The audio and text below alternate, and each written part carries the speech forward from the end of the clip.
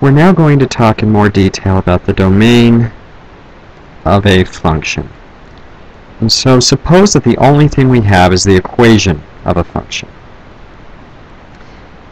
If this is the case, then we defined the domain to be the largest set of real numbers for which f of x is also real. This means if we put a real number in, we expect to get a real number out, not something that's undefined or something that's complex or imaginary. So we're going to look at some specific examples. And so let's start with big G of x equals x squared plus 1. So the easiest way to think about domain is to say, can I break this function? Is there something I can do that just ruins the function? So we start with a square, and I can square any real number. If it's a real number and I square it, it stays as a real number, so we can't break. My next operator is the plus, and we can't break. We can't break addition. If I add 1 to a number, it just gets 1 bigger. That's all. I can't stop that. That doesn't ever do something bad.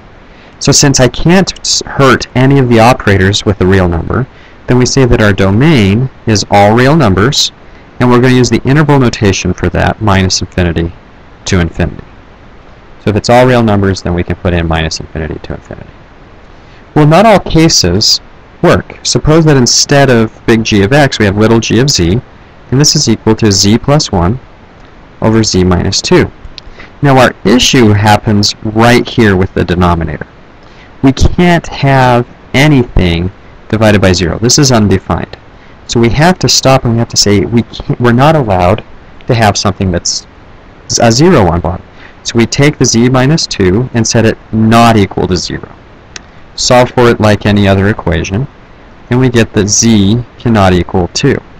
Well, this is bad for interval notation. We haven't given you the tools to show an interval notation answer, so we're going to do this a little bit differently, and we're going to do set builder. We're going to say it's the set of all values of z such that z does not equal 2.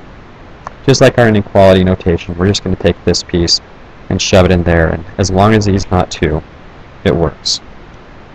Now the last part of this is suppose that we have a little bit of a story problem.